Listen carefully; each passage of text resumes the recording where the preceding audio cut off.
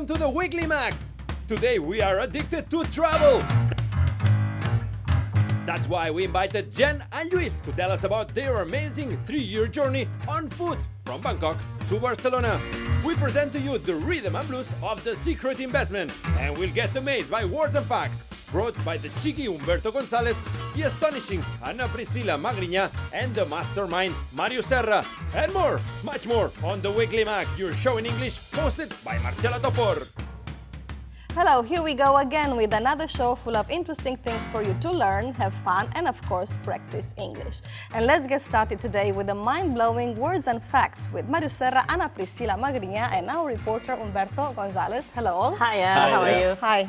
Well, and Màrius last week and during the season may have taught us many strange words, but I don't think any of them will beat today's, Màrius. Like today?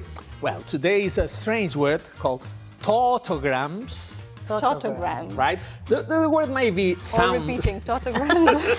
Tautograms, all together. The concept is quite simple. It comes from Greek, same letter, tautogram, and refers to texts with the same initials in each word of the sentence. For instance, an Austrian army awfully arrayed. This is a tautogram, right? Marketing producers use it, very normal, to sell their concepts. For instance, the typical 4 Ps. Product, price, place, and promotion. You have to say it with this way, very strongly. Marketing, right? Very convinced. Yeah, sometimes there are tautograms by pairs, which seem inevitable because they stick it to our minds. For instance, Alcoholics Anonymous. Cheddar cheese. Chi, right? Mad Max or Buffalo Bill. Oh, yeah. It's a BBMM, right? We'll see some other examples, and of course, we'll play a little with tautograms as well. Oh my God, I'm already scared. Well, and I also hope we'll solve last week's guess word as well. Yeah, it was, we can remember it, time to guess it. You've got them at hand to board some planes. It was a 7-letter word. It was not difficult, but... it was not difficult for you. No, it was not difficult in general, but entails some difficulty. Yeah. Right. Anyway, it's not obvious, but you've still got a few minutes to try and crack it. Well, we've got a few minutes, so let's see what happens. And today, like I said before, we also have our reporter Humberto González, which surprised us last week by his ability to get people to put slices of cucumber on their eyes before the camera, Humberto.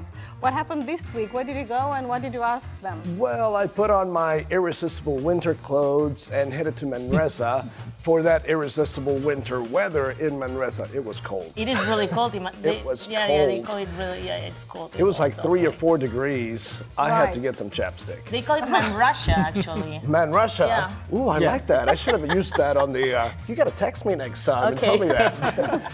So I headed down there to ask people questions about their company parties, because, you know, it's a time for the season, and I wanted to see what they do for partying and so on with their co-workers. Sounds fun, parties. It's a topic that you're quite comfortable with, I guess?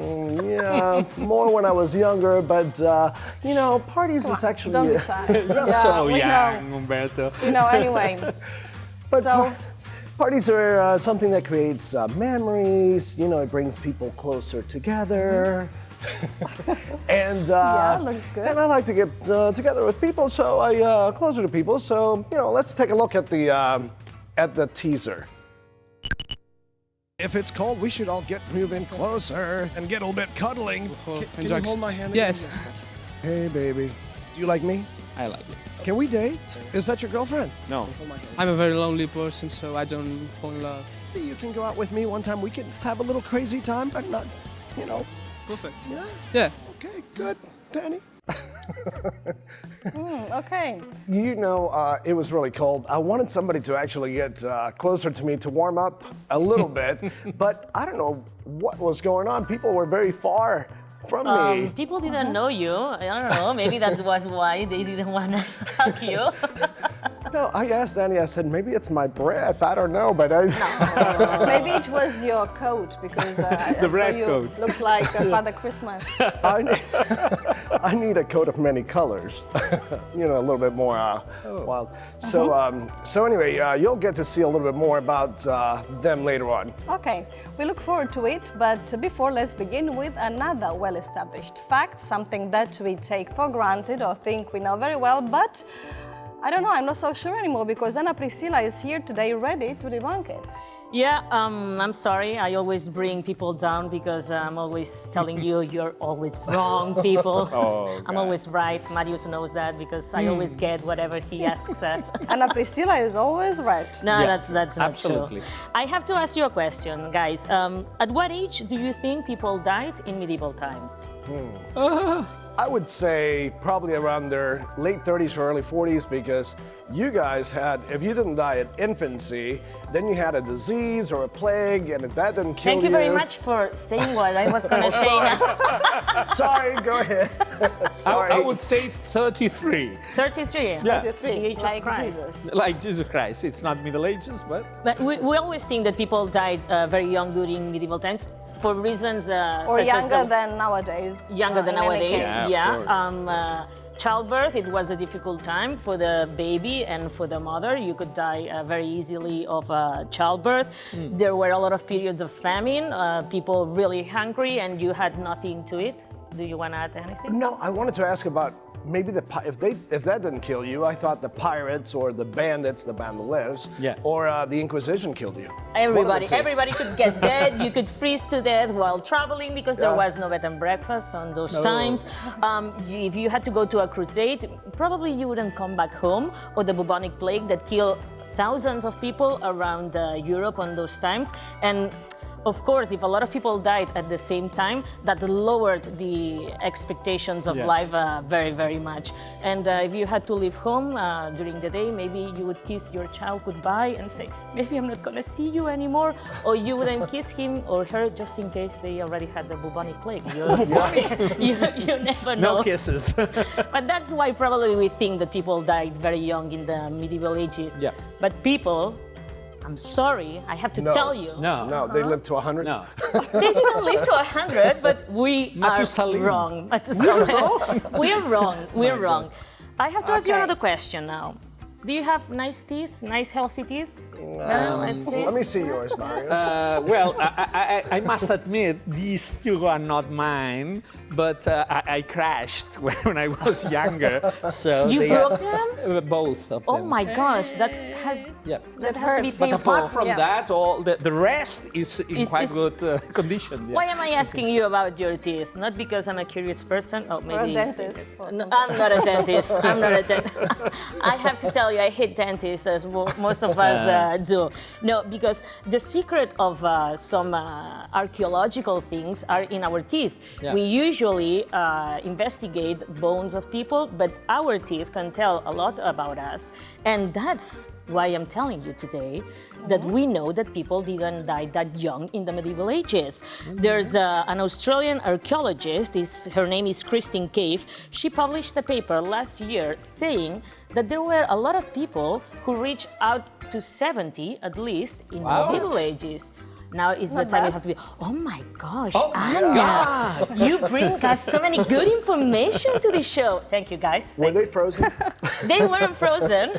The same way Disney is not frozen, they weren't frozen. But this is good news for Yeah, well, 70 is not those- bad for the Middle Ages. Yeah, because I feel I am in my middle ages, so I have more expectation until 70 or 80 maybe. 80, 90, now even 100 is a good time. But on those times, she investigated a lot of dead people, of course, from the medieval ages. And instead of focusing on the bones, she focused on the teeth. And she talks about the invisible elderly, because once you see that this person is an adult, you say, okay, you don't check their age, yeah? It's not an infant, it's an adult. And until now, until this lady, they didn't check if they were 50, 60, 70. And she studied a lot of teeth from, it has to be a really nice job, example. teeth from people from medieval ages. And she got to the conclusion that a lot of people in those times, if you were lucky enough to not die in the bubonic plague, they could reach up to 70 years old. And she says that the maximum human lifespan has barely changed since we arrived on planet Earth. Yeah. Oh, wow. So Impressive. it's good for us. I don't know, would you have liked to live in the medieval ages, people? I'd like to go back for a little bit and then come right back. Or maybe go back to our 20s and then come back. No, I'd like to see like Santiago Rusiñol or somebody else. Okay, that's not Middle Ages. That's not medieval That's not ages. Middle Ages. But I'd like to go back maybe in the Middle Ages, from what I gather, by the Bourne Market Museum, they smelled. There was a lot of smell. Absolutely. Yeah. But you can buy a time machine so that you can just travel to the Middle Ages and coming back without smelling anything at all. That'd be Really? nice. That'd be nice. Okay, I will continue with the Màrius Serra right away. All our words and facts are interesting, but do you know what's more than interesting? Well, here you have a language tip with a couple of alternatives.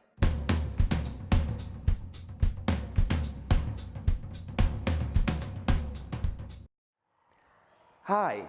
Sometimes when we say this is interesting, what we really mean to say is it's okay or it's not bad. But when we find something really interesting, we could expand our vocabulary and use words like fascinating. The play was fascinating, wasn't it? Particularly if we're talking about books or films or shows, you can use gripping or riveting. For example, the book is a real page-turner. I'd never read such a gripping story.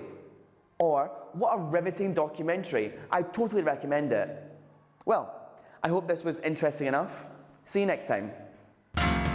One journey, 2 continents, 3 years, 4 feet. Don't miss the unique and riveting story of Jenn and Lluís in a few minutes on the Weekly Mag. Okay, Màrius, so tell us about how do you call them? Tautograms. Tautograms. That's tautograms. That's a fascinating word. People get really Tautograms. bored there because there's words for everything. Tautograms. So you said it comes from Greek, and it Same letter. means it involves repetition. Does it have to Repetition do with the word tautology? Yeah, that's the same. Right? The It's same, like alliteration as well, but at the initial of each word. I took it, some of these examples from this book, this crosstalk by Eugene Maleska.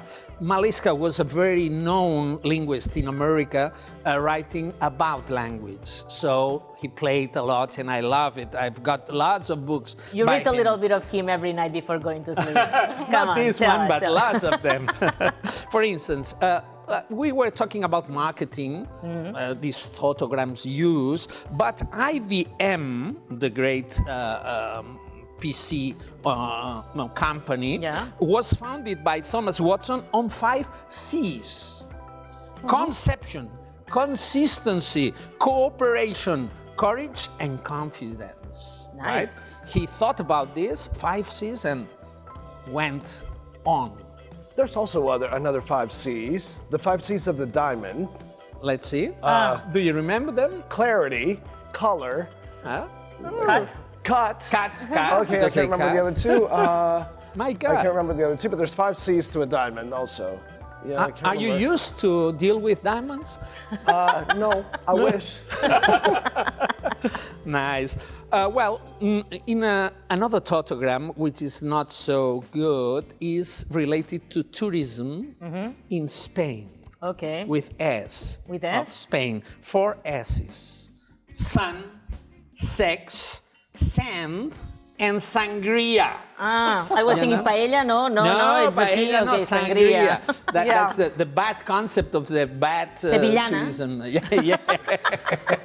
Lots of them. It's true. And of course, we at this stage, journalism is based on the typical 6 W's, which in fact there are 5 because they are what, who, when, where, why, which is very important, and how. You've got the W, but at the end of the right. word, right? Okay. I would like to say, before making you play a little, just an example to have the idea of these uses, strange uses. Theirs is very special because this is a whole novel written as a tautogram. Really? It's called Alphabetical Africa. Okay. It was published in 1974 by an Austrian-born but American novelist, Walter Avish, and it has 52 chapters, each one with words starting with a letter. For instance, the first one contains only words beginning by A. Oh my gosh. The second by B, the third by C, and so on, back and forth. So it's 52 chapters, right? How long did it take him to write that? And how many dictionaries? I don't know, but I would like to read the first sentence of this novel, just the first. Okay. And it says, ages ago, Alex, Allen, and Alva arrived at Antibes, and Alva allowing anyone, against Alex's admonition, against Allen's angry assertion, another African amusement. And so on. This is just with A. I have a question. If it's a novel, then you can't say the names Alex and Alva again. So how Only at the last chapter. Oh my gosh. This is what happens when they don't have Netflix. That's it, because it was in the 70s, you know? Yeah. Okay, Maleska invented a game, a sort of game, about tautograms, and I would like to play with you three. Okay. Okay. It's not difficult. It's related to proper names having the same initial, as we say Buffalo Bill, BB, right? Let's play with actors and actresses that we all know. I will say the name, and any one of you have to guess the surname. Okay. Starting with the same letter because it's a tautogram, right? Okay. First one, very easy. Brigitte Bardot. BB. She was known as BB, in fact. Really? Like BB King as well, because tautograms are quite easy to remember. If I say Doris, They. wow, they are really. If I say Greta, Garbo. the easiest. Marilyn Monroe. Okay. Nick, Nolte. Nolte. Nolte, sorry. Nolte, I said. Robert. Redford. Oh, you've got it in your mind. And the last one, Sylvester Stallone. I like this game. This is actually good. You guess anyone. We're going to be thinking about this all week now.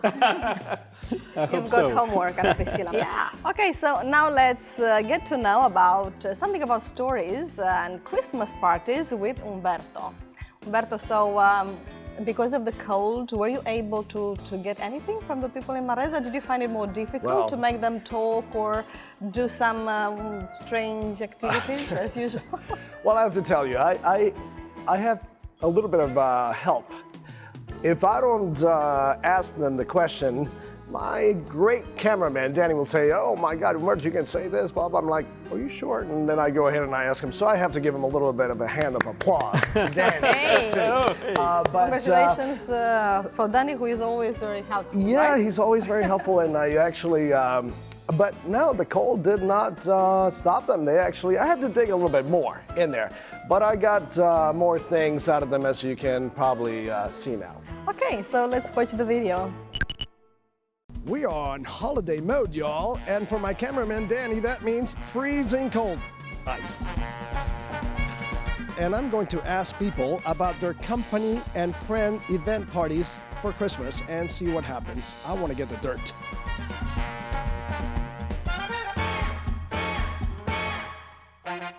What has happened at your Christmas parties? The boss is going with some of the girls over there. And then, well, there are some changes, of course. Some changes to get fired? Yeah, sometimes. That has happened. When I see my boss like doing crazy things, he sings a lot. Oh, how you sparkle, and oh, how you shine. Do people start singing along with him? They are like, okay, I have to do this because it's my boss. I kind of want to meet your boss. I'm not supposed to go in the ice rink, ladies and gentlemen, but I used my southern charm to go in there. I think that we can have a company party here and have everybody bring in with the skates. Is there somebody that usually is more drunk than somebody else? I used to be that person. Why have you changed? No, I think that I am. Oh, you're still that person? Yeah. Well, I don't like alcohol, neither drugs, neither the noise. The belt. Woo! And Ooh. Are there babies born 9 months later? No. Co-workers fall in love that night. Yeah, just before that night. This is what I was looking for. Okay. Like super fall in love for. Okay, for one night. Yeah, for a few hours. there's always one that he wants to do crazy stuff like jumping through the window. Woo! So nobody ever strips or? No. I don't think I'm coming to your parties. She is what we call in the United States, a tall drink of water, because she's beautiful also. Like you're so free, you want to do other things like take your clothes off or something. Maybe you want to take your clothes off and feel the breeze as it's blowing through my hair. Oh. Can I be invited to your company party? I am single. I need to date somebody. Who knows? But you don't need a party just to date. Like, you can meet other persons in other places also. Okay, I'll get your number later or her number. How about getting naked? 12 o'clock, the moment that the year begins, we get naked, all of us. We are like 20 people. And we jump into the swimming pool and we say, Happy New Year, and we start drinking into the swimming pool. That I can do. And the temperature was -5 or -2, yeah. Okay, maybe not. I found out, ladies and gentlemen, that depending on who you speak to in Manresa, you could be at home watching Netflix or at a party, taking your clothes off and jumping off of windows, or maybe hooking up and later having a baby. So when you come to Manresa, just be careful, because these Christmas event parties can be a little bit wild. Impressive. It was so much fun. I loved it because what I called him the Viking, the guy with the beard. Yeah. At first he said, oh, no, I don't get naked. 2 minutes later, all 20 of us got naked and jumped in the pool. Did you get the phone number from the guy? You know, I don't remember. I don't think so. No, not this. I got the phone number from the giant. Okay. Did you see the tall girl? Yeah? Yeah. She was amazing because I had never seen a Catalan so tall. And, we have everything in here, Humberto. Besides the giants, you know. And you know that phrase, you're a tall drink of water. No, I don't know that phrase. No, it's an Americanism. And we say that to somebody that we find very attractive. They're very tall. Oh. So she was very beautiful, and I looked at her and said, oh my God, she's so tall. I said, you're a tall drink of water. So. And what did she say? She was impressed? Well, she didn't know, of course, what it was. She goes, can you explain that to me? Is that good or bad? No, I told her it was a great compliment. Maybe she was a basket player, because Manresa has got the tradition, basket tradition. Yeah. She was really tall. And also this thing of going into a pool when it's below zero outside, would you do it? And that would never happen with me. Jesus would come and I'd say, Jesus, I'm sorry. I need to go to Andalusia or some other place where it's warm to do that. What about you guys? What have you guys done that's been sort of interesting at one of your company Christmas parties? Come on. That's everything I have to say. Oh, no. Have you started dating somebody after a company Christmas party, Anna-Priscila? No. No? No. Okay, Marcela, should I ask you? Yeah, of course you can ask me, but the answer will be very boring. I'm sorry to disappoint you, but no. Okay, Màrius. I've got amnesia. I got to get you a few beers, and then we can talk outside of the show. Amnesia is good with beer. Yeah, your Alzheimer's will go away. All right, well, now I think it's time to reveal the solution to last week's enigma, Màrius. Yeah, we remember it was, you've got them at hand to board some planes. I think Prince is very happy. Is it finger? Yeah, that's it. It was fingers. I'm good at it. You're on fire. It was fingers, but we've discovered there are lots of names to name this sort of bridge because to get a plane. Yeah. They are also known as sleeves, jet bridges, jetways, gangways, and the official, the industrial name is passenger boarding bridge. Okay. But here in Barcelona airport, they are called in English, Exactly. like fingers. Yeah. Fingers. Even for Catalan and Spanish speakers, Yeah. this is the word in English. This finger. is the word in English. Which word would you use to board a plane? To board the plane. Well, this bridge. The bridge that you walk through. When you are boarding by a bridge, not by yeah, foot yeah, or by it's bus. the one that Sleeve? It's a actually, sleeve? yeah, I have no idea. We just get on it. Well, I guess it's a tricky word, right? Yeah. It's Because a tricky, it's so but popular in Catalan and Spanish, Yeah. but in English, many English speaking It's just people Humberto don't that he doesn't how know. to, they don't know. But I think it's quite easy to relate because if you think in a hand, you can imagine the platform here with diverse fingers going to the plane, so it's quite graphical, right? Yeah, I'll have to research and get back to you. Okay. Yeah.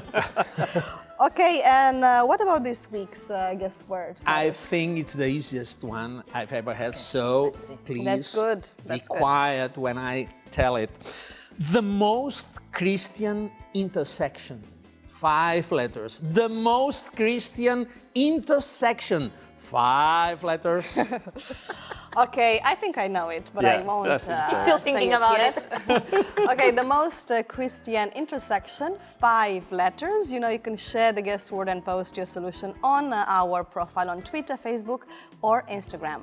Well, Màrius, thank you so much. Okay. Anna-Priscila, Thank Humberto, you. thank you. And just to let you know and remind you that next week we have a special show, a Christmas show. Yay! And you are all invited, so you better come prepared. Oh, good.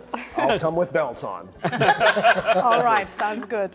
Okay, we'll be right back with a gripping interview with a couple who walked their way from Bangkok to Barcelona in a 3-year journey, so stay tuned. Wow.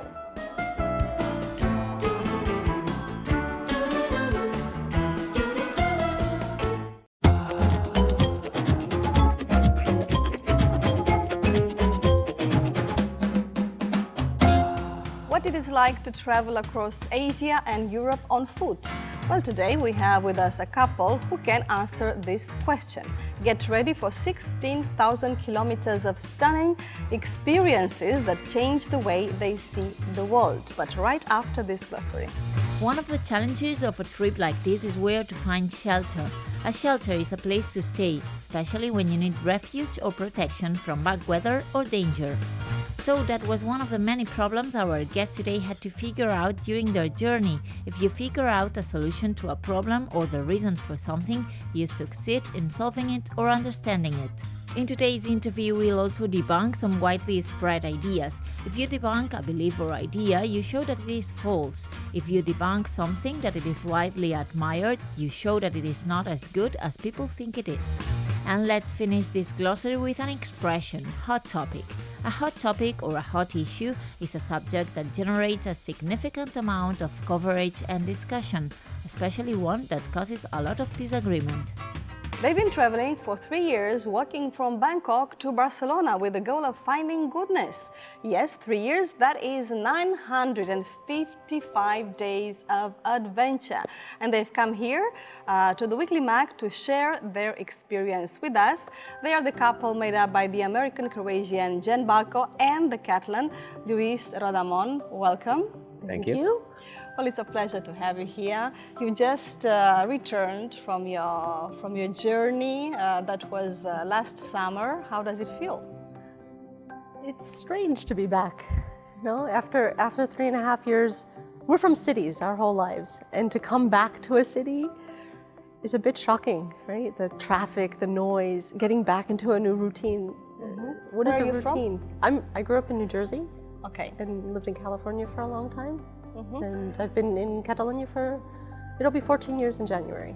And yourself? I'm from Barcelona, yes, and I've always also lived in cities most of my life, either for work or studies. But yeah, going back home, it has a weird sensation. It's just enjoying pleasures like opening a tap of water, potable, and having a shelter like a roof or a bed, that's marvelous. Okay, let's watch a short video with some amazing figures that summarize your journey, okay? Let's have a look.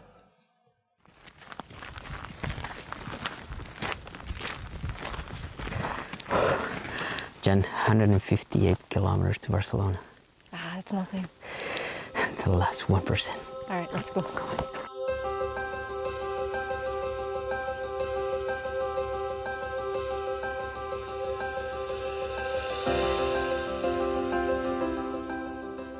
Well, amazing. Thanks. It was. Let's see, you've got here today, you brought us some objects. We start with these shoes. Oh, the shoes. Okay. They look very peculiar. Yeah. Okay. The holes in them? Is that what you mean? And then we have this vest here behind Right. us as well. And it's in a state which says it all, I think. No? Yeah, it's been our companions for the vest, as a matter of fact, for the whole trip. Started new, and I used it. In fact, well, that was my vest, but she had other pieces of clothing. I changed. I couldn't. And I used it as a pillow, as a vest, as a everything and anything. And just I've improved my sewing skills because it's really to keep it up. Yeah. Well, it's a piece of museum, we could say, It right? is. Yeah, it is. And in some way, it will have to go on display in wherever we settle ourselves, but it's not the most artistic thing to hang on the wall, but it tells a story. Well, but it's a practical thing. What about the shoes? What happened to them? Well, we used in total about the two of us about 13 pairs, but these ones were the ones that lasted the most. As a matter of fact, I did about 6,900 kilometers with them. Wow. And that's why they're falling apart. And when I'm behind him walking, and I can see little pieces of the sole coming off, I'm like, you really got to change these. 13 pairs of shoes in 3 years almost. Yeah. Yeah, about that. And I had the same. You used. No, I had 9, and he had 4. Well, let's see. How did you prepare for this trip, and what did it take you to prepare? You know, economically, emotionally, physically.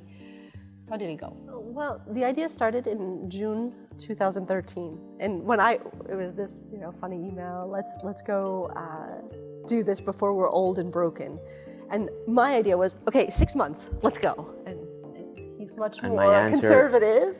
Well, conservative. He says I'm an actuary and economist, so I make figures and economy. So I say I can't go in 6 months. So I suggested 5 years, which just for savings.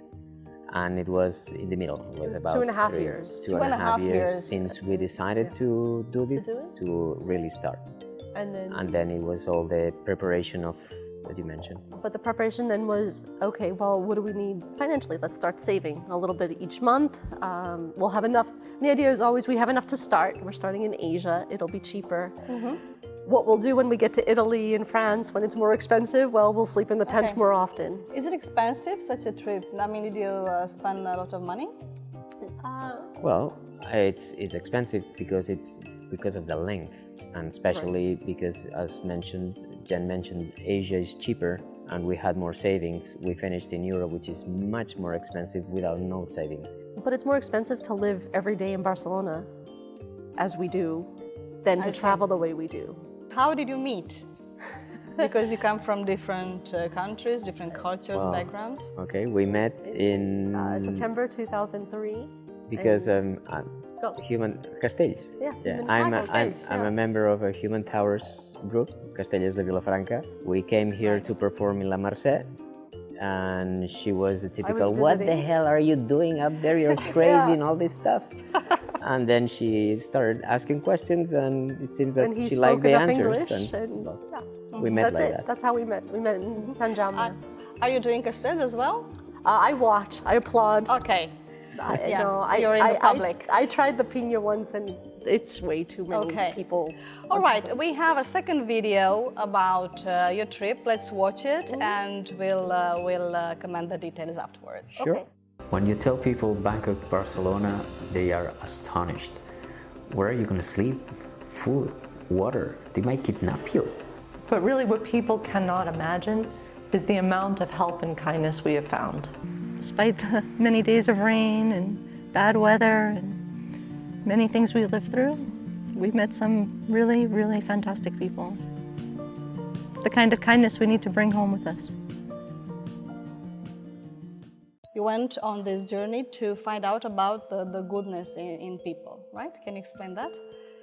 Go ahead. Well, we know there's goodness in the world, and we've experienced it before. We travel often, and we live our life with this idea of kindness. But in the world today, it seems like the whole motivation of the newspapers to divide us and to make us afraid of being out in the world and taking a chance and just learning how to trust our instincts. You know, it's not about not talking to strangers. It's about talking to strangers and figuring out if those strangers could be friends. So where in this journey did you find the most hospitable people and most kindness? Of all countries? Iran. By far. Iran is above everything and anything we've ever seen and experienced. Iranians, and afterwards Pamiris, which are cousins. They are parts of still. But Iranians have done amazing things, and people stopping in the middle of the street to give us ice cream, inviting us home. 2 families who wanted us at their homes and made some sort of agreement that we would go there one night, the next night we would go to the other house. And they made all these arrangements so that we could be with them. Yeah. What about unpleasant or not so nice situations or even dangerous situations that you found yourselves in? There were a few, surprisingly only a few. A few. In all of the times there could have been something wrong. But one of them, for example, we were in this place in Bangladesh and somebody in the middle of the night cut our tent. And I woke up with a hand kind of touching me, and it was one of the strangest sensations to have this violation. Scary, right? And another night in Bosnia and Herzegovina in the Croatian Catholic Ku Klux Klan part. It's very divided still there. And 4 men came by night with flashlights, blocking a very, very crappy place, blocking the exit. Wow. And they asked us, get out of the tent slowly. And that was, if we come out and we are a little bit tan, or I think they beat us there. Okay. That was. In these almost 3 years of trip, did you spend all the time together, or no? Because I know you spent some time apart, and you even had a situation in India, which was quite unpleasant as well. Yeah, in India, in Bangladesh, we found something. I was having problems with my period, basically. So we were recommended in Bangladesh when we get to India to have follow-up tests.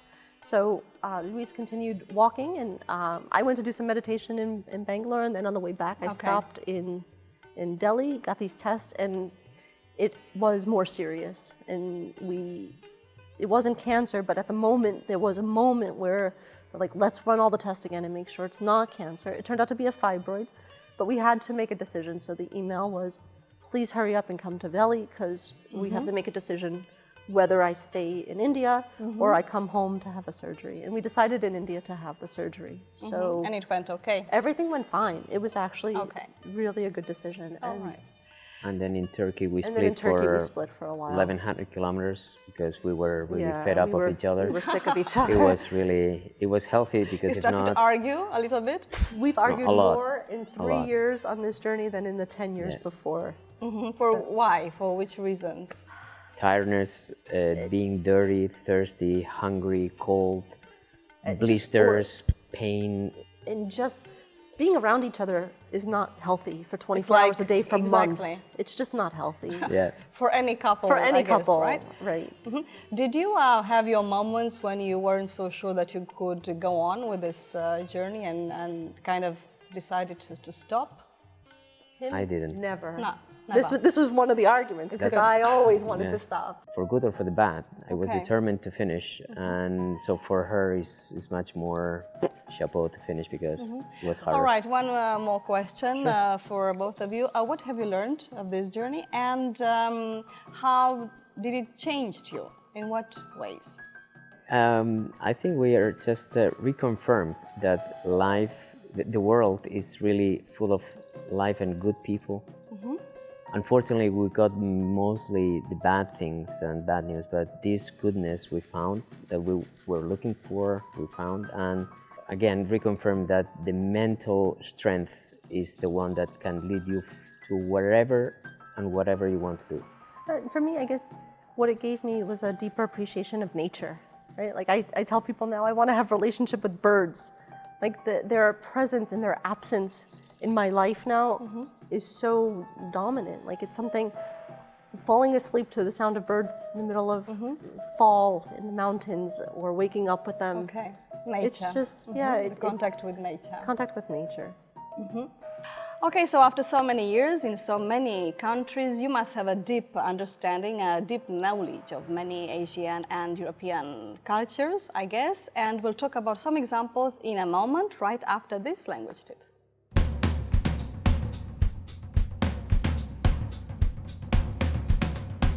Hi.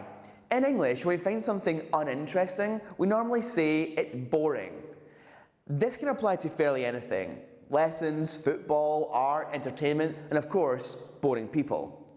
But English native speakers also use the word dull, which means drab or grey. The film I saw yesterday was so dull, I wouldn't recommend it.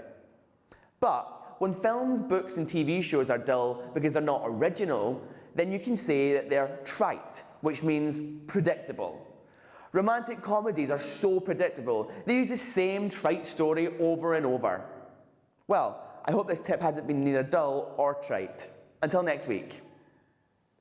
We are having a fascinating chat with Jenn and Lluís Rodamón about their travels. And now we'd like to confirm or debunk some curious practices and traditions of the countries they have visited. And we'll do so with our collaborator, Adina Rose-Levin. Hello, Adina. Hello. Hi.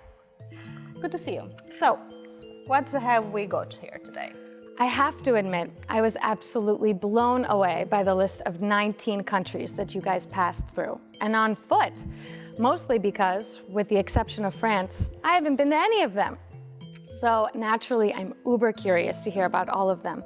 But for the sake of time, we're gonna have to limit it to 4 countries. It's good. Yeah, 4 is my good. lucky number anyway. Yeah. Las cuatro barras. I was also born on the 4. And we start with?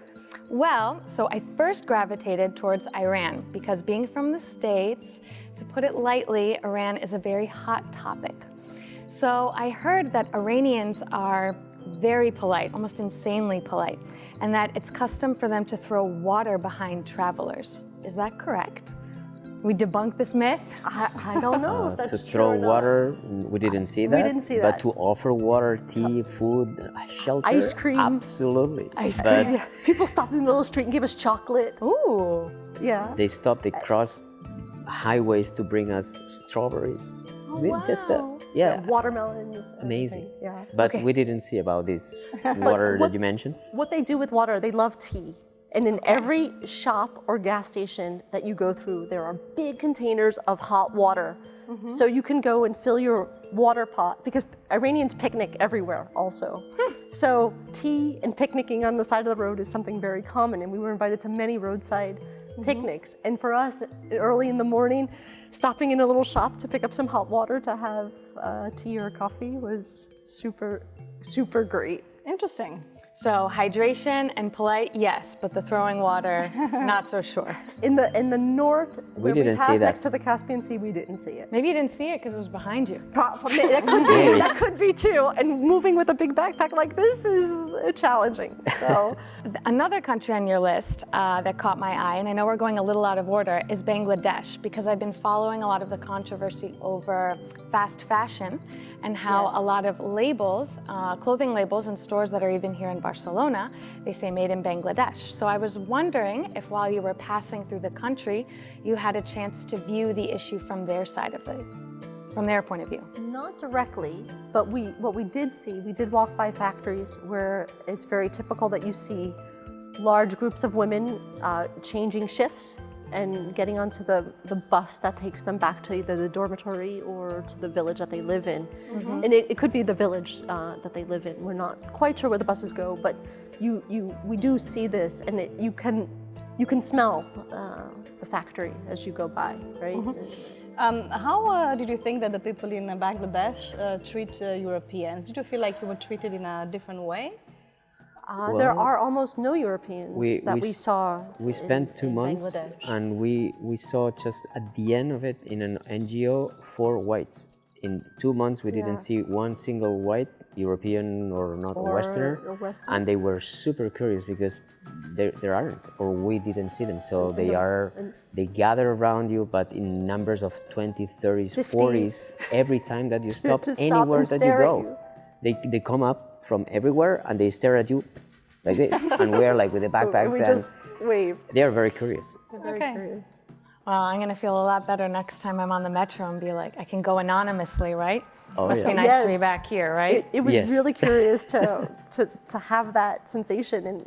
And a couple times we were invited into families' homes in Bangladesh, and you can feel their sort of wanting to know more, but not knowing how to really ask more, right? We don't have any common language. So it just ends up, you show them some photos of your family, they show you some photos of their family, and that's how Call you it a make the day. connection, yeah. Well, then, of course, I'm itching to hear about Georgia, because the only Georgia I know about is the Georgia in Atlanta, Georgia. Right. I read in National Geographic that in Georgia, the country, they have this magical water. And so, National Geographic, they write, Georgians believe drinking Borjomi mineral water from the eponymous town in the center of the country can magically cure everything from food poisoning to hangovers. It's from a volcanic region and is naturally carbonated, giving it a unique flavor and imbuing it with the minerals that supposedly give it its cure-all properties. I'll take a pint of that, thank you very much. Did So you guys have have a you- chance to try the Yeah. water? Yeah, we tried the water. We tried water everywhere we went, and sometimes it was carbonated and sometimes it wasn't. This specific brand, I'm sure we had it because when you go to certain countries, there are certain bottles of water that are everywhere all the time. So in Georgia, we felt pretty good. It was fall, so we had passed hot summer, and it was feeling. Except the last week that it rained every rained time. a lot, and that was too much water and not carbonated. Not for you to drink. But it was good. Maybe we drank it, and Yeah. we don't know. Okay. But the Georgians also have this. What they also swear by is they make these long snacks that are out of the grape, the grape juice of wines, and they put nuts in it, and they have this whole process of doing it, and they run a string through it, and they use it for hiking and mounting. And you walk through all the shops, and they have all these beautiful things in different like some are white grapes or red grapes and with hazelnuts or almonds or walnuts or whatever they have. And for sure, that is a cure-all when you're starving in the middle of the day. And just take a bite of this. I forget what it's called. I don't remember the name of it. Okay, like a snack, no? Yeah, it's like Very good, full yeah. of energy. It's like dates or Like trail mix. like trail mix, right? But it's Okay. on, it's like a sausage almost. It's kind of funny. Have you been a last country? Yes, well, last but not least, since you, Jen, family from Croatia, so I feel compelled to ask you about Croatia. And so what was it like to come home to a certain extent after having been traveling for so long in different countries? It was a bit of a relief actually, crossing into Croatia, because it's a place that I've been to many times before. My family's from the coastal region, so we were more in the north section, and it was a section I hadn't spent a lot of time in. But just even having a little bit of common language, being in understanding the customs, like knowing that they're going to serve coffee with rakia, like this is all through the Balkans, but to know how to manage that, right? Because every country you go to, you never know exactly what's going to happen. You spend days kind of figuring out, oh, okay, this is acceptable, this is not, this is okay, this is not. But to be able to go there and have just a normal conversation, oh yeah, my dad's from Zadar, and oh, you're from the coast, because the coastal people and the mountain people have different relationships too, right? So to have that familiarity. Right, there's just a grounding that comes with that. Well, we don't have much time left, but before we go, we'd like to finish this interview with a question called the question chain. It's a question for you guys. It's from last week's guest, and in this case, he was the cancer researcher, Dr. José Maria Lluís. Your story seems to have impressed him very much, and here is his question. Good afternoon. I'm Professor Jean-Marie Llobet. I'm a physician-scientist from Barcelona, New York. And I learned that you have been traveling for 3 years. I have a question for you. Which has been the most exciting and shocking experience for you in these 3 years? Thank you very much. Well, wow, that's a difficult question after we've so never been many. asked. There are so many, right? Yeah? The most shocking. Or exciting, you said, I think. Well, exciting. Okay, I think it's actually just sort of the enthusiasm that people have when they see us sometimes, right? To see a guy in Iran like run across the street and say, "Welcome to Iran, come to my house," and you're like, where do you live? Oh, 8 kilometers down the road. I'm like, oh no, that's 8 more kilometers I have to walk after 29. Yes, okay, we'll come. And then just sort of the way the world greets a stranger is actually one of the surprising things, because the news thing makes you believe that you won't be greeted this way, right? And to trust that instinct. Did you make lots of friends in these 3 years? Like really friends? Many. Yeah? Many. Yeah. And thanks to the email, we still keep in contact. Or Telegram or WhatsApp. Well, Adina, before you said you were very curious to find out what they brought us today. So what's going on with those cards you got there? Well, this is our picture dictionary. Since we're going through regions that we have no common language, so water, of course, is the most important. You know, we need to eat, so we have chicken. See a little lemon there or something? Yeah, you needed a tent. because we camp a lot, so we sometimes ask if we could put the tent in the garden. And in case we get sick, we have, a doctor, So these are sort of our universal code words if we need help.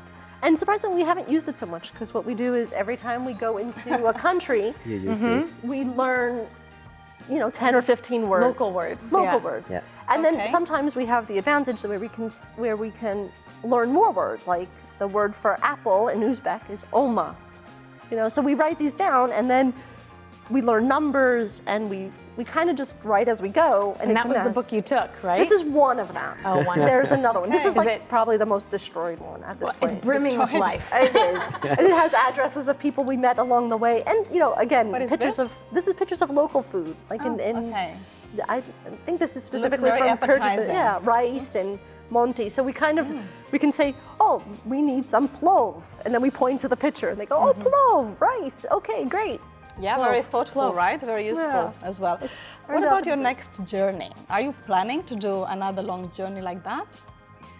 Not at all. At this now, moment, no. We enjoy the basic comfort, which is so much like having tap potable water, a shelter, a roof, a bed, shower, and be sort of clean Yeah. and smelly and falling apart. That's really, really marvelous. And silence. There'll be other trips, but by wheels maybe, We'll Okay. We'll see. Well, We'll Lluís, Jenn, thank you so much for coming today. This has been a really interesting interview. It's been amazing to talk to you. Thank you again. And thank you, Adina, for coming. Until next time. Thank you. And now let's enjoy a bit of stand-up comedy with the giggles. And after that, we've got more. We've got love stories, music, tips, and much more.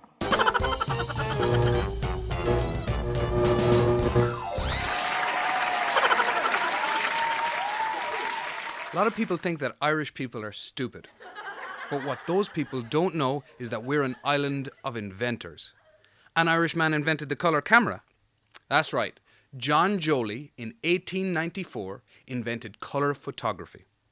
Now, a lot of people don't realise this because Ireland itself was black and white until the 1970s. Ireland also, home to the inventor of the submarine. That's right, John Philip Holland invented the submarine. There's a song about it with a fabulously unimaginative chorus. It goes, John Philip Holland invented the submarine. But he did. He invented the submarine. He was commissioned by the American government. But knowing what I know about Irish people, I just gotta believe they asked him to build a regular boat.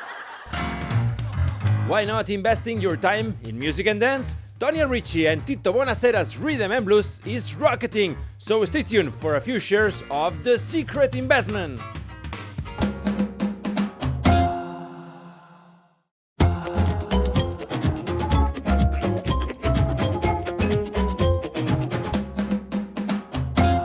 Welcome back. What better way to continue this show than with a love story? The story of an Englishman from Bristol and a Catalan woman from Lleida. They met in Poland while studying graphic design and painting, and now 20 years later they have their best work of art together, a little girl called Frida. Have a look.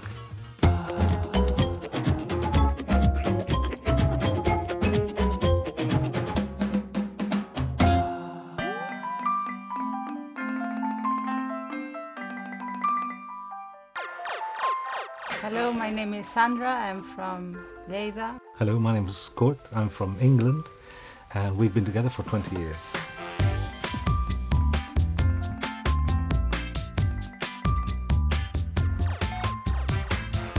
We were both studying in Warsaw in Poland, in the Academy of Fine Arts in Warsaw. Sandra was studying painting, I was studying graphics.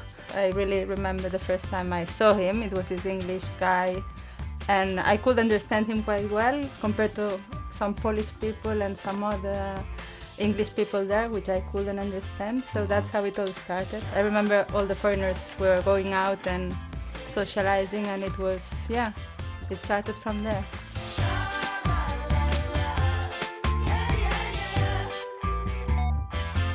That was me, no? Yeah. I mean, we started going out, just the two of us sometimes, for a beer after studies at the end of the day. And this started to happen more regularly. And we would go out on an evening, and then we would both walk to the point in the centre of Warsaw where all the night buses depart from. Sandra would go in one direction, I would go in the other. On many of these nights I wanted to say something, but I never found the courage. But on one night I did, didn't I? I said, I have to say something. I told you that I think I was falling in love with you.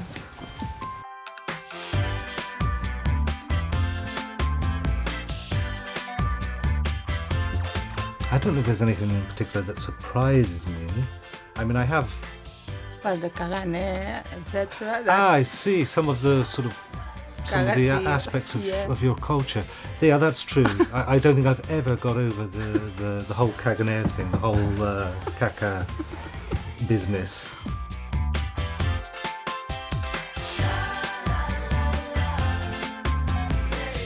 Well, I think I've adopted quite a few traditions. I drink a lot of tea since a lot of tea. Which I didn't. And I drink a lot of coffee. Isn't that strange?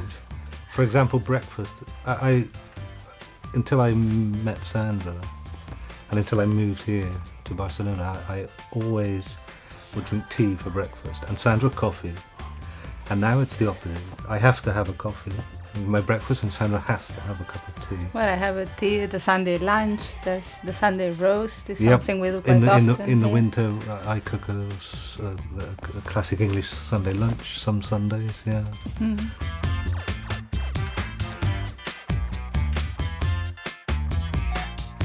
Well, there's food things I don't particularly like from England, and I, avoid them. At Christmas, all these cakes, how you call them, the mince pies, there's things, I just don't quite like them, or their cakes, they're a bit too much sometimes, you know? I find it a very different approach here to personal space. England, we have a very definite sense of our personal space, and we all maintain it. We never get too close. There's this kind of circle. Here, it doesn't seem to exist. I'm in the bar, and people are sort of climbing all over me and pushing me, and I find this this took some getting used to.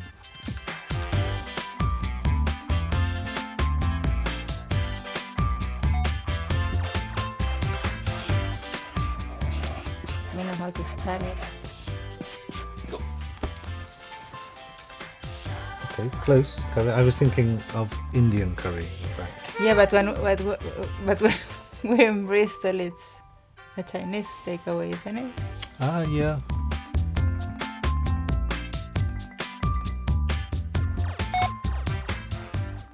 I'm going to put 2. Okay. Ready? Yes. Very good. There you go. You two or Nick Drake. Yeah, Nick Drake. Nick Drake, that's a good one. It puts me in a mood, and it reminds me of Warsaw a lot.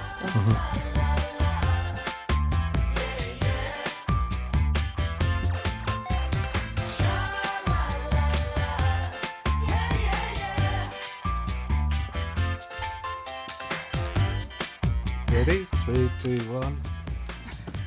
Yes. I don't remember the first time, but I remember that I was the one who said it, I think.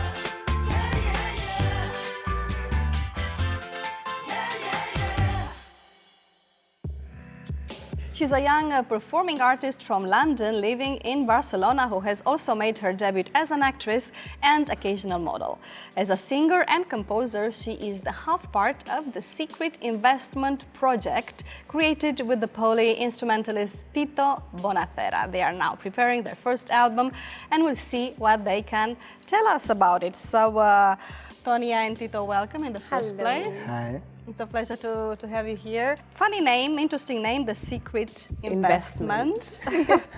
It's a project that you guys started almost 4 years ago, am I correct? No, around just 2 about years. 2 years ago. We've been playing together now over 3 years, 4 years now. Mm-hmm. I think that's about it. Yeah. We've been doing a lot of events and stuff together. So what's your secret? What's the secret of the Secret Investment?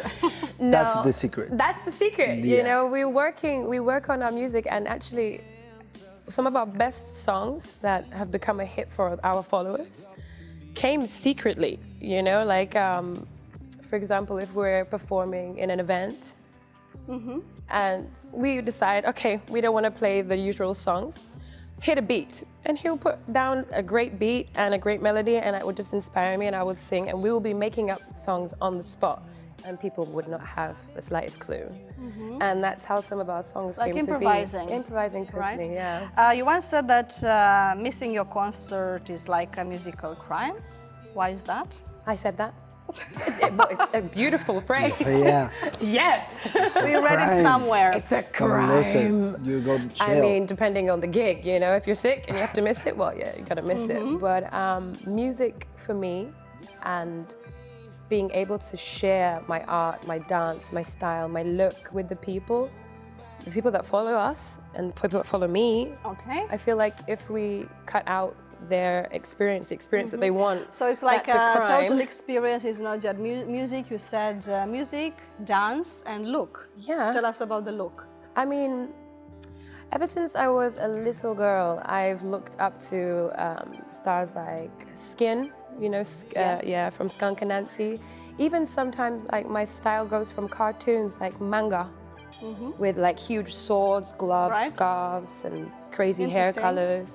And slowly, looking at my mother as well, because my mother was just, I'm a version of her. My style comes out of that, you know? So Like, is for your example, mom an these artist dots as on well? my face. The people are like, what is that? I'm like, I don't know. Two Face- dots, yeah, it's pretty, I like it. So is your mom an artist as well? I mean, you can say that. Yeah, my It mother. comes from the family. Yeah, my father is a bassist. Was a bassist. He let that go a while ago. Okay. And my mother was playing the guitar for a while, and she's the one who taught me how to play. So yeah, I've got All some right. sparks there. Tito, what's your role in the band? Well, Engine. yeah, You're the I- driving force behind the I do band. pretty much all the instrumental part. I play guitar, keyboard, bass. I do the beats. Okay. Pretty much all the You know stuff. what he Alright. is for me? I like to. Tell us. I like to see, like, I'm a surfer, Okay. and he's my tidal wave of sound. Wow. So poetic. And it's Thank so you. true. You're like my tidal wave. Everyone looks at me like, oh yeah, you're so pretty. Oh, she's so amazing. Her voice, blah, blah. But this power that comes behind me, I'm surfing on it. I'm dancing and I'm singing. I'm the performer on top of this huge tidal wave of sound. And that's what inspires me to perform when we're together. Impressive. Yeah. In terms of style, your music has been described like funk, reggae, rhythm and blues, rock, electronic. So that's All lots the of colours of the that's lots of rainbow. styles, right? Yeah. How are you being able to perform all these styles? Oh, because I love all that music. It's just like, it inspires me. It's like when someone says, what's your favorite movie? It's like, really?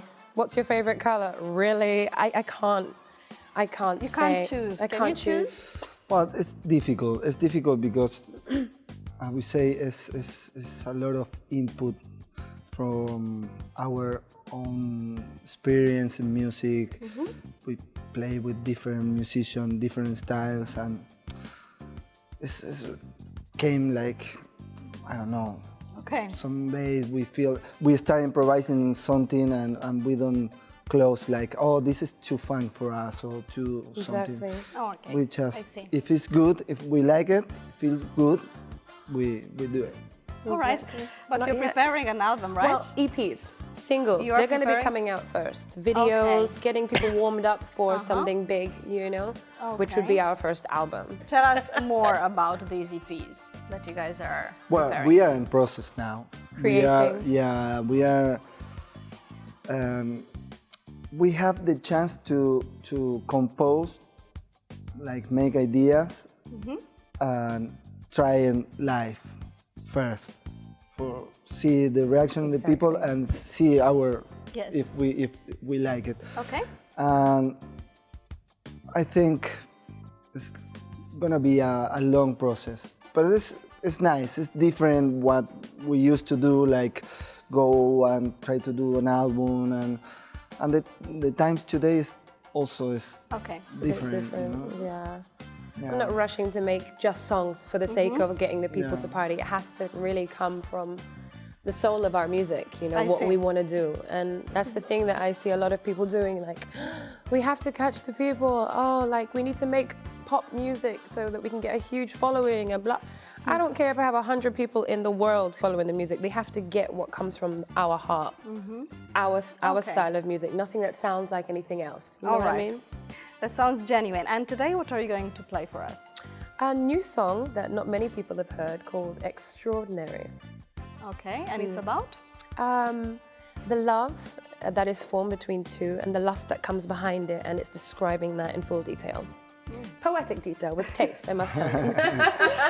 Okay, well, thank you both for coming today and good luck with your project. Thank you. Well, the Secret Investment get ready on stage. Let's watch a surprising and amusing, hopefully, language tip. How many actions do you think you can do with your hands? Well, I bet more than you think. And our favorite teachers from International House Barcelona are here to teach you a few of them. Have a look.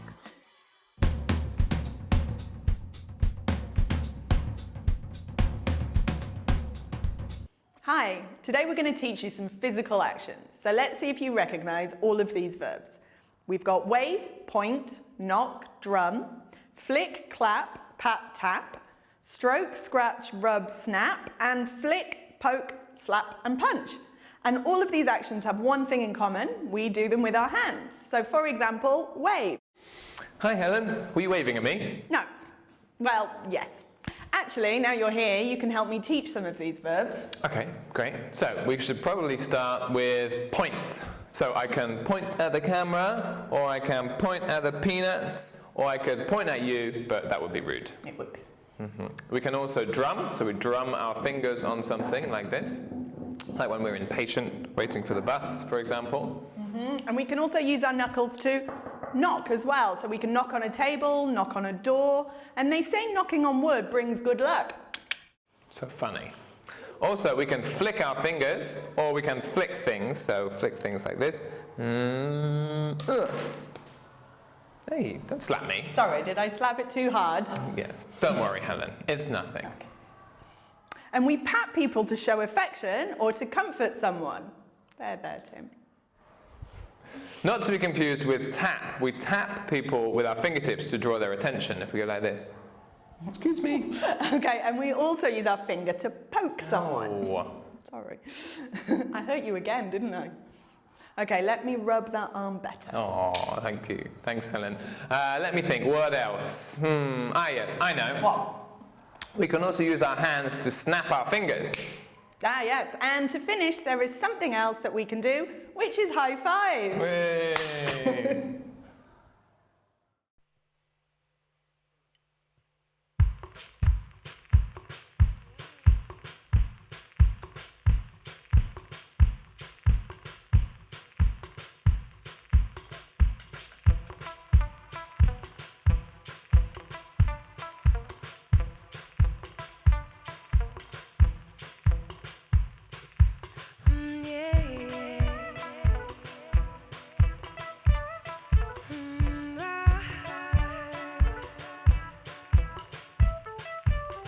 It's been time, I've yearned for this. My skin speaks loud, it was dilating. You press up close, yes, I've yearned for this. My heart beats loud, started generating, pulsating lust. A brown I can't deny, skin, a texture so divine, tongue, the caress is mine. A kiss so close to my soul, heals with no sense of time. Sitting in the center of a circle of light, body getting ready just to take off and fly. With eyes wide open, no need for hoping, this is what I asked for. Yes, yes, success, I found the door. No, no, baby, baby, you can't deny me. Try me. What a feeling, the body's gleaming, connected by the soul, together more than ordinary beings. What a feeling, together we are bold, together we're extraordinary.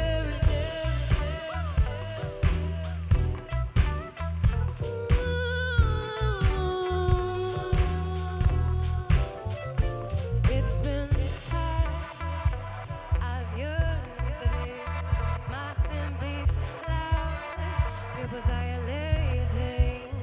You press up close, yes, I've yearned for this. My heart beats loud, started generating, pulsating lust. Mind, soul, body with eyes I cannot control. Finger gaining magical powers I cannot hold.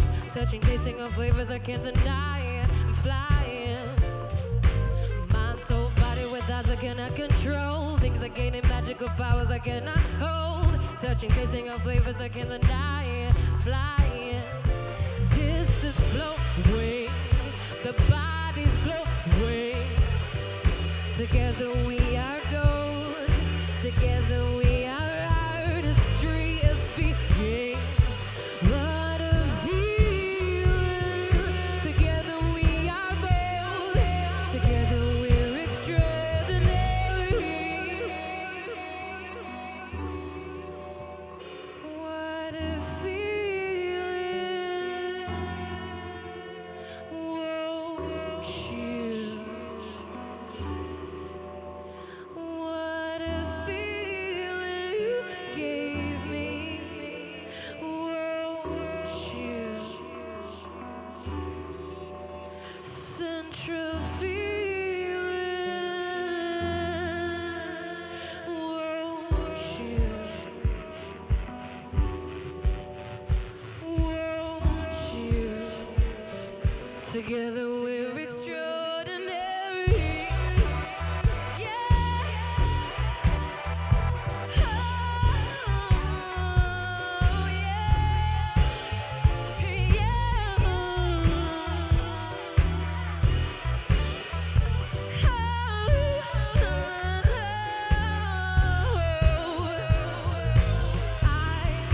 A brown I can't deny, skin, a texture so divine, tongue, the chorus is mine. We're extraordinary eyes. A brown I can't deny, skin, texture so divine, tongue, chorus is mine. We're extraordinary, extraordinary, yeah. We're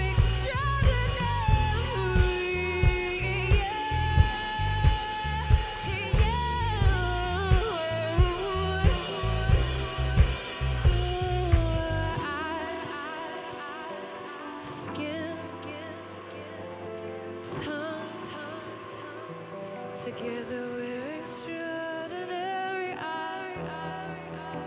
Skin, tongue, yeah.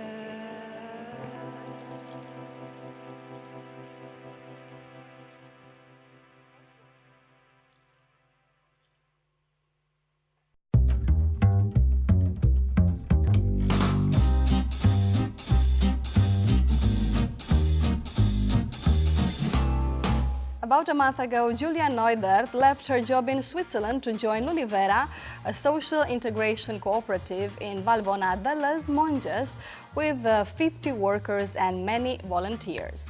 They are all involved in the process of wine and oil making, and now Julia is one more of the team and really embraces the work they do. This is one of us.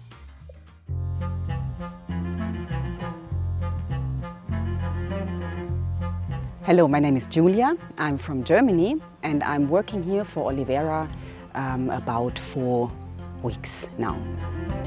I was working in Switzerland for some years and I felt like I have to make a change, to change something, but I didn't know exactly what to do. So there was a friend who worked for Olivera for some days and he told me about the project, and then I was very interested and thought this might be something I have to do. So it was more like this intuition thing. I was coming from Germany by car and then I got sick. So I had to stop in France and spend some time in a hotel, being sick, having fever and all of that. So it was really exhausting to come here. And then I arrived quite late in the evening. And of course it was all very hectic then, and wow, where can I stay for the night, right? And then the next day, well, I got introduced to everyone, which was a lot, of course. All these people working here, living here, they were all very welcoming and very warm, so it was quite nice. And then I moved to a house for the volunteers, and yeah, well, then I had my home, and it was all fine.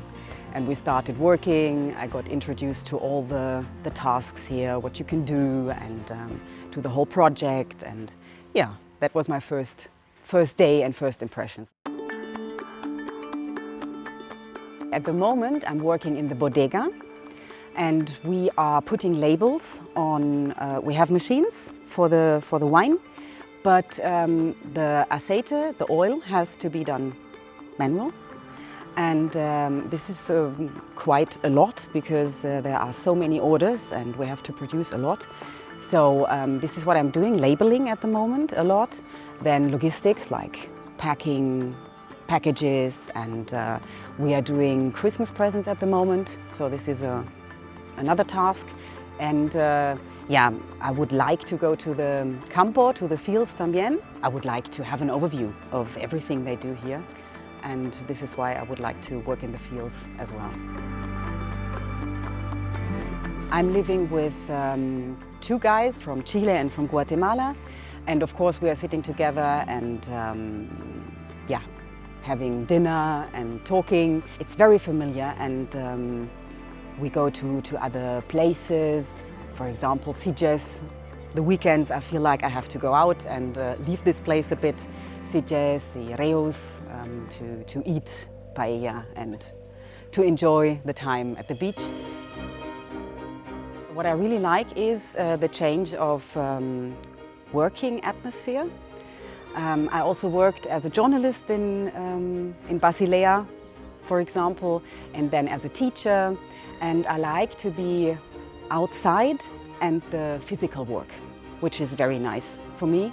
And the people, of course, because they are so warm and interested and so different, coming from different places, having different capacities, of course. And this is something we have to work out, right? To find out how we can work together, what about the tempo, and how it works for all of us. They have so much energy and they are capable of so many things. So of course, right, it's so important to integrate that, and also for me to learn that not everyone is the same, right? And this is very interesting and challenging as well, but I like it a lot.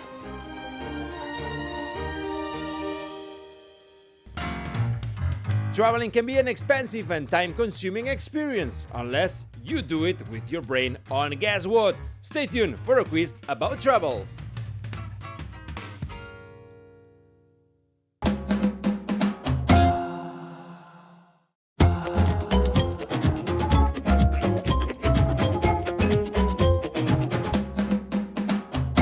Welcome back.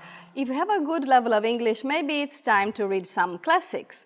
Salva and Eneida from the Xarxa de Bibliotecas Municipals of the Diputació de Barcelona are happy to introduce you to two masterpieces of English literature.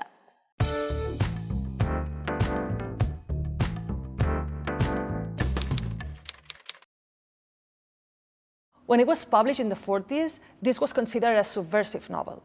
The main character of The Catcher in the Rye is Holden Caulfield, and he's a teenager, and the language, when he narrates the novel, reflects all his anxieties and worries.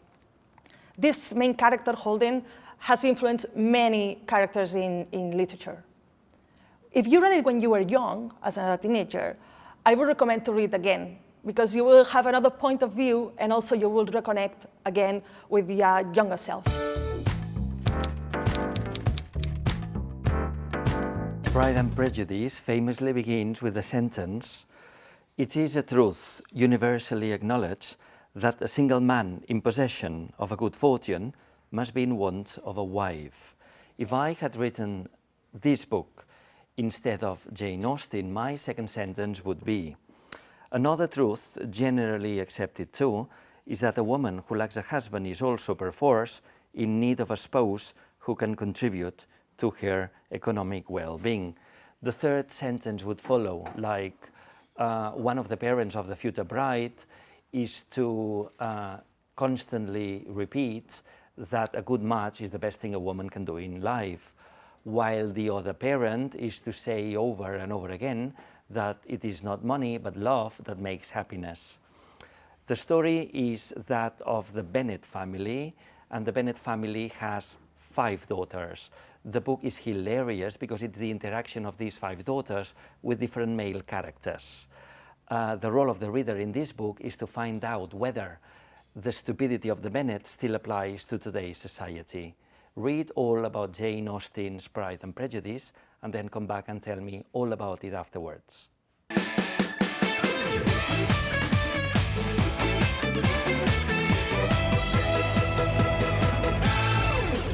The Catcher in the Rye and Pride and Prejudice, look for them at your local library. And now it's time for, guess what? Let's say hello to our quizmaster, who sports a twisted mind, a singular sense of humor, and an unbridled love for vests. Of course, Sergi Cervera. Hello. Hi, Marcela. I like your vest today. Thank you. It's beautiful, isn't it? Yeah.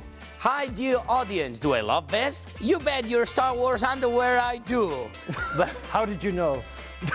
I could feel it. But if there is something I love more than vests, that's quizzes. And today's leitmotiv is travel. So let's all take my bus of quizzes, and I'll drive you to a world of fun. Well, let's only hope that the brakes are working. Yeah, Right? definitely. Well, first thing to do, let's introduce our today's special guest, Nikki Freire. Hello. She's a Canadian chef, designer, and entrepreneur from Toronto who works in Barcelona and also in Ibiza. Yes. Welcome, Nikki. Thank you for having me. I know you have more than one job. Which one is your regular job? Well, I wouldn't say I have a regular job. I have 2 businesses here. One is called Chef to Go. So I'm a private chef. I cater different holidays like Thanksgiving, Christmases. But the food that I make is more traditional to Canada and, you know, the typical turkey Thanksgiving. Also, my other business is called Cadenas with a K. It's handmade eyeglass chains. So when I first started the business, everyone said, no one's gonna buy those. They're for grandmas and grandpas. No one uses them. But now everyone's using them. I made them really up to date and trending really well now. So everyone has them. It's the perfect practical accessory for your eyeglasses. So I'm working a lot. Everything I do from home, I hand make everything. So I'm very busy these days in Barcelona. Yay. Sounds good. Okay, so we need to say hello as well to other contestants we have today, Mark Broderick and Matthew Tree, our collaborator from Words and Facts. Those who have followed our show will know that Mark and Matthew have shared many, many hours on this set. And off So the guys, set as well. Yeah, I knew you were going to say that. I knew it. So guys, have you missed each other? There has been a Matthew-sized hole in my heart all of this season, I must admit. It's very nice to have you back, buddy. Aw. Do you want to switch? So you can be closer to No, it? Okay, good. no, it's okay. This distance is just fine. Thank you. Okay, so In fact, so can do we you move think this closer this way? Nico, do you think you're ready to compete against these two professionals? I don't know. I'm really The answer nervous. is yes. You're asking Yes. her. The answer is I yes. thought that was for me. You guys are going down. You're going down. All right, let's remember, because you know that I really wanted to do that. So let's remember a picture of the two of them together. Oh, no. On the Guess What Said. And when I say together, I really mean together.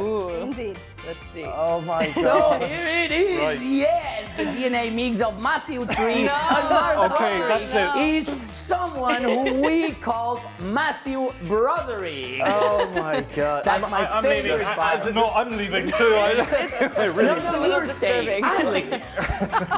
Oh God. Sorry about that. We thought you had forgotten about this. We thought you had forgotten about this. No, I mean, exactly. It was obvious that guys was going to happen because that was the highlight of the last season.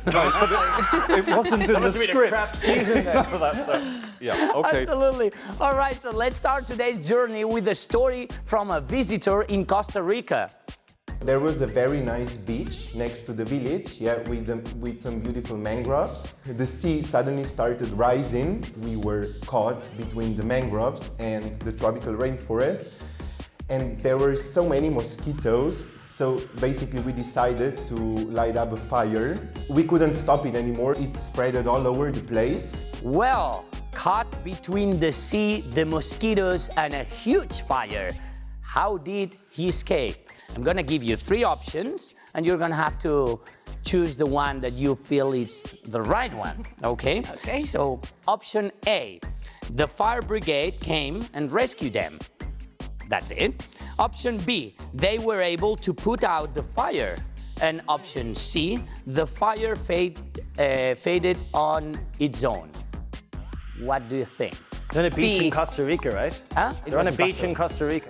That's right. Sorry, Nikki, go. B. B, option B. She goes straight away. It's B for sure. Mark? I'd love to see the firemen running onto the beach in Costa Rica. Which basically A. A, exactly. Well, that's a TV show, right? I don't It's know. a It just sounds potential like a TV show. And Matthew? Well, I would say that fires in a tropical country don't normally just fade out. So Right. I'd go for B as well. B as well. Okay, it's very interesting. So let's find out how he survived. So we were eventually able to extinguish the fire, okay? But we almost burned the rainforest down. Those things happen. I mean, everyone could be in the same situation, right? Yeah, exactly. Well, which leads us to checking the score, which is 1 point for Matthew. Right? 1 point for Nikki. And unfortunately, I have to, exactly, of course, 0 for Mark. But I have to say that there is a great TV show idea here. So I grant you that. I think so. Yeah, I think so. Okay. Yeah, so the question is, have you found yourselves in a similar situation? Like in What, in Costa Rica on the beach? It can be anywhere. surrounded by fire and with the fire brigade around. No, I mean, I went camping in Canada once and our campfire got Works kind for of out us. of control, but we put it out. But I mean, it wasn't to the extreme that we had to call the firefighters. Well, or it's kind of anything, the but- same situation, right? Yes, camping in And Canada. actually now the provincial campgrounds, they had to dig like huge holes that you can contain your fire in because Oh. that problem was happening within the fire pits. It would started to expand. So All right. but no, Pretty we didn't similar. have to call No nothing, mosquitoes, nothing but- dramatic, nothing crazy. I happened to be in Parliament Square, where the Yeah. Houses of Parliament are in Westminster Abbey, and there was another church there in the middle, which the IRA placed a bomb in. And because the church, the roof is made of wood, the flames were shooting right up to Wow. the sky, and I saw the whole thing. I didn't see the explosion, but I was like just watching this whole church burning up on Parliament Square. Was it you, right, Matthew? No, was it you? It wasn't me, and if it was, I wouldn't say so, would I, Sergio? I mean, All right, so Christmas is coming, and our second witness tells us a story about coming home from holidays. Pay attention. I was trying to get home for Christmas. I was really excited to see my mom. And when I got to the airport, the plane had already left. I had missed it. I went to the desk. I was really upset. I was crying. I didn't want to ring my mom and tell her. And what? Did she make it home for Christmas? 3 options. Option A, yes. She got another ticket with no extra charge. Option B, yes, but she spent Christmas Eve at the airport. And option C, yes as well, but she had to take another plane, then a ferry, and then a bus. C. C, those C. are the options. Yeah. Okay. I'm going to go with... I'm going to go with C. C is a good answer, yeah. It's the most dramatic. It sounds like an It sounds interesting... crazy, right? Yeah, I think I'm going to go with C, absolutely. Yeah. You C as well. Yeah, I'm going to, because every experience I've had with aeroplanes when they're not on time, they just fuck you over so badly that I'm going to go with C as well. You're going to... Yeah.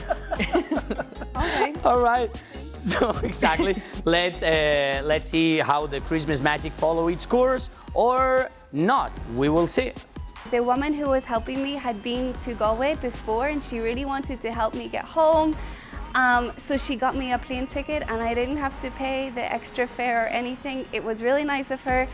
And until now, no one ever knew that it happened.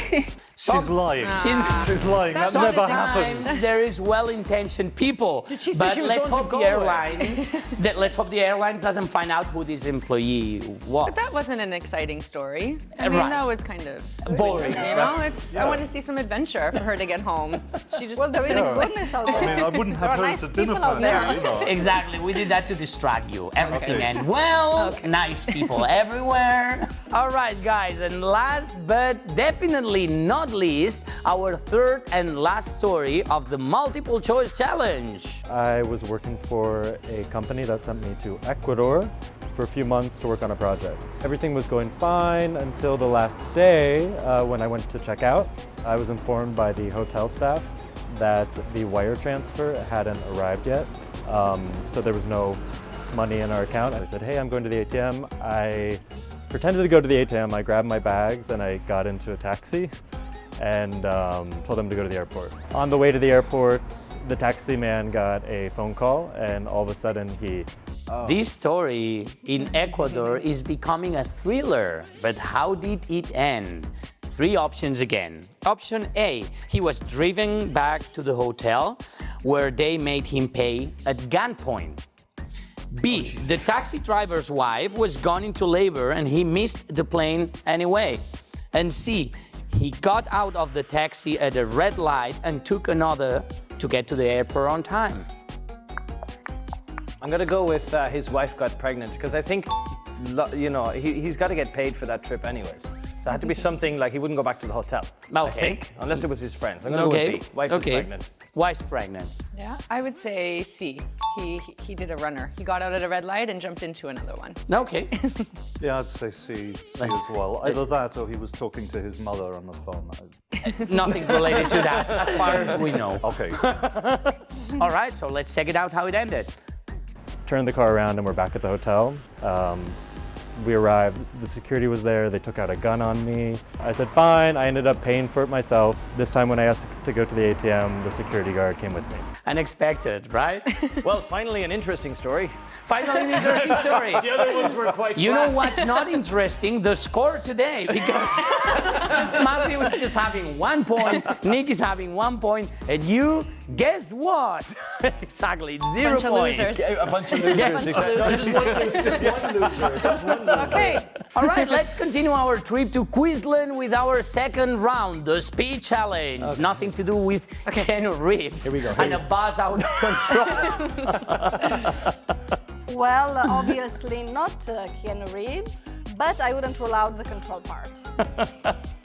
Anyway, remember, every right answer can get you 2 points. Okay? Exactly. Use the musical instruments at hand to answer, but make sure you get it right, otherwise your competitor will have their chance. And as always, we're after films, series, books, or plays about travel. And I mean physical travel, not funny stuff. And we give you a clue about the journey and you have to guess the title. You guys ready? You want to check it out, warm it up? Like I have to disagree with musical instrument. You don't have rhythm. You don't have rhythm. It's like a beat. Exactly. That sounded a bit better. All right, guys. 3, 2, 1. Here we go. Okay. This book is also called There and Back Again. Mark. 20,000 Leagues Under the Sea. Not correct. Matthew. No idea. No idea. No clue. No clue. No idea. The Hobbit. The Hobbit. More Hobbits on their way to Mordor. Mark. The Lord of the Rings. The Lord of the Rings, that's of right. course. Indy travels to Holy Land to find the Holy Grail. Da Vinci Code. What? Definitely not. Indiana Jones and the Last Crusade. That is correct. Exactly. Ernesto Guevara's ride across South America. Oh, something to do with 2 motorcycles. Motorcycle Diaries. Yes, that's right. Mark had the The Motorcycle The Diaries. Motorcycle Diaries. Diaries. You have to ring. I say the name and you guys answer. Okay. Top of Okay. Humphrey Bogart and Catherine Hepburn down the river. Rio Grande. Use it. Use it. Rio Grande. No, not correct. Mark. The African Queen. Yes. African Queen. That's correct. But okay. I'm Okay. more strict next time. All right. Charlton Heston through the desert as Moses. Mark. The 10 Commandments. That is correct. Impressive. This traveler found very big people and very small people. Mark. Gulliver's Travels. Correct. That's Guys, you right. have to challenge him. Come Okay. on. Movies. Just I don't know. Okay. Ask me questions about You know this one. Okay, here we go. I don't know. An easy one. A confused Bill Murray in a Tokyo hotel. Oh, Lost in Translation. Lost in translation. That's right. That's right. Nikki, I'm supporting you. So here I go. Another easy one. 2 women in a convertible on a famous road movie. Oh, Come on, Nikki. Whatever the 2 women, you know. Come on, Louis. say it. Yeah, but we're not going to tell you. No, Thelma and Say it. Louise. That's correct. Finally, Point to 1 you. point for Nikki. Yes. No, 2 points. Should I just so far. go? 2 points. Should I just go and go? No, you're doing Here we fine. go, guys. Okay. Brad Pitt spends many years in the Himalayas. Tibet. Something in Tibet. Something in Tibet, exactly. 3. 7 years in Tibet. That's Yes. correct. Point to you, Nikki. Well done. Well done. Julia Roberts embarks on a journey around the world. Julia Roberts. Julia Roberts. Roberts embarks on a journey around the world. Mark. Around the World in 80 Days. Eat, sleep, eat, pray, eat, sleep, eat, pray. I'm gonna give it as a right answer, but he had the chance to answer. He used. I said Around the World in 80 Days. I had no idea. Oh, I didn't notice that. Then point to you, Nikki. Okay. Here we go. Eat, pray, love. Can I Right? have some help, please? And the last one. Pick up the horn. Okay. Okay, the last one. Are you ready? We trust you. A romance on a train between Paris and Vienna. Okay, it's, Use it. after sunrise. Use it. Before sunrise. Before sunrise. Yes. Well done. Before sunrise. Yes, that's correct. Well done. That's right. Before sunrise. Before sunrise. There are 3. There's one called After Sunrise. Exactly. That was definitely very intense, guys. Okay.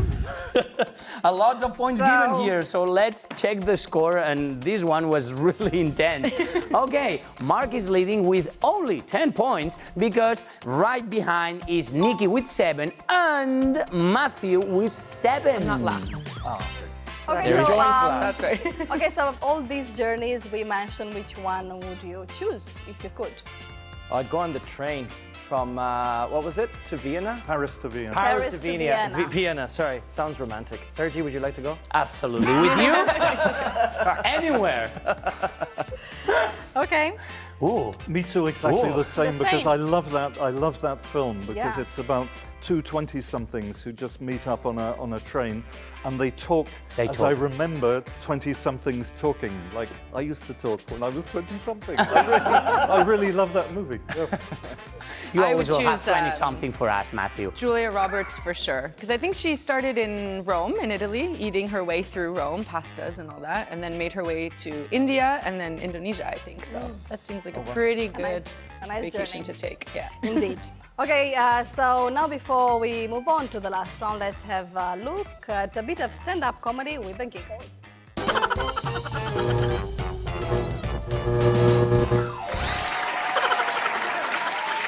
I work in a bar, so I see a lot of stag parties. And I understand they're here to have a good time and be on vacation, but sometimes I have to cut them off from drinking because they drink too much. And they always ask me the same thing, please, let me talk to you for a minute. I'm like, you're peeing. please, let me talk to you. I'm like, no, I have a boyfriend. I'm like, what's he got that I ain't got? Teeth.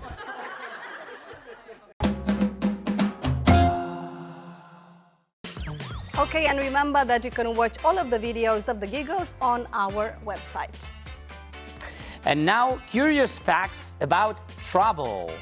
And remember, 3 points each right answer. That's right. Ready? Here we go. Okay, so let's become modern Marco Polos and talk about China. Closely followed by India, it is the world's most populous country and spreads on nearly 10 million square kilometers. But how many time zones does China have? Nikki. 3. Not correct. Matthew. 5. Not correct. You want to try? Mark? 2. No, 1. 1. It only has 1 time zone. Job well done! Wow. Only one zone. Only one, exactly. Exactly. To favor national unity, Beijing government decided that all the country use its time zone, no matter how east or west the region is. So you can have sunsets at 12 p.m. or sunrises at 10 a.m. Interesting. Interesting, right? There you go. Straight weird. Exactly.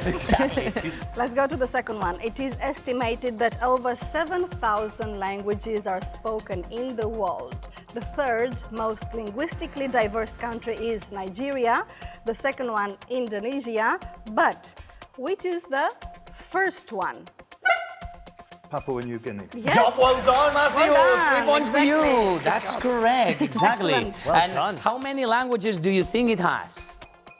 No points at stake. Okay, I think it's about 135, something More. like that. It's more. Much more. 800. 800. 800 different languages. Amazing, Wow. right? Amazing. Yeah. Exactly. Job well done, Matthew. Okay, we go on. In the world, there are big countries, but also small, tiny countries. Which 2 countries have a smaller area than Central Park in New York? Matthew. San Marino. Not correct. Nikki. Vatican City. Yes. Vatican City and I don't know. Mark. Nuatu or Nuavu? No. That is not correct. Not correct. We're gonna It's very well known. We're gonna give you Andorra. 1 point. We're giving you 1 point because you were telling me the halfway. answer. Monaco. That's right, but 1 point for her. Only kind of Thank you, half. thank you. It's Monaco and Vatican City have each of them have a smaller area than New York Central Park. That's correct. Okay, and we go on. Jet lag is our brain's lack of adaptation to a different timetable after a long flight. But when do we suffer from the worst jet lag? East to west or west to east? Nikki. West to east. West to east. Yes, of course, when we fly east. Exactly. Job well done. 3 points for you. I know that because coming for from Canada. our brain, exactly, you are used to that. I know that For our feeling. brain, it's more difficult to adapt to when the day becomes shorter than when the day becomes longer. That's right. Okay, and the score is? The score is really exciting right now because Mar is leading with 13 points, but Nick is right after with 11, and Matthew is almost there with 10, which means that we still have a lot to play with. I told you I was going to lose. No, Well, not we yet, don't not know. yet. No? There is only one question left, 5 points at stake for whoever gets it right. So now, if you get it wrong, we will take 5 points from you, which means that the final score still can change a lot. And this is the final question, guys. From which Latin American country does the Panama hat actually come? Mark? Nicaragua. That's not correct. Matthew? Paraguay. That's not correct. Nikki? It's what we call a misleading word, right? Exactly. A misleading expression. Argentina? That's not correct, which means you three lost South American 5 countries. points. Bolivia. Exactly, no, from Ecuador. They are made out of tequila palm. Not saying that tequila. And made for centuries by Ecuadorians. In the 19th century, some moved to Panama and sold many hats to gold prospectors heading to California during the gold rush, where they told people they had bought them in Panama. Hence the misleading name, Panama hat. Okay, and Sergio, we have a winner, right? We have a winner. Unexpectedly or expectedly, the winner is Mark with almost, I mean, the same position, but with fewer points. Mark won with 8 points. But the game was really intense and exciting because until the last moment, everything could have been possible. But you three lost. Nikki did very well as well, 6 points, not bad for the first time, and Matthew 5 points. Very I'm good. sure you'll do better next time. Well done, not pathetic. It's been good to be back. Or not at least as pathetic as the other one. Maybe if we switch positions, you know, we're in the proper position. All right, well, Nikki, anyway, I hope you enjoyed the quiz. Thank you, I did. It was very fun. Yeah, it was fun. I learned a lot With these actually two, today. are you I didn't sure? think I was going to come here and learn anything, but I did. I learned a lot. So very good. Okay. Okay, guys, I hope you enjoyed the You want to quiz. ask them about... About how was it to play together, this reunion between you two? How was it? I'm afraid to open my mouth so that in case I embarrass poor Matthew more. So Matthew, how was it being back on screen with me? We have shown a picture of Matthew Broderick. Yeah, nothing here now. worse after that. Yeah, I'm amazed he knows so much. To be I am too, actually. So you didn't say anything not to embarrass him, and he embarrassed you in public, and we're gonna end the show just like that. Okay, fair enough. That's okay. Well, we say goodbye for now. Nikki, thank you so much for coming today to play with us. Thank you, Matthew and Mark. Matthew Broderick. Matthew Broderick, for sure. It's okay. Don't show the picture again. Just don't. Here we go. Jesus Yeah, quite how could we disturbing. forget? How could we forget? It looks like a middle. No, I won't say it. We end our show here today. Remember to catch up with all the episodes and sections on our website.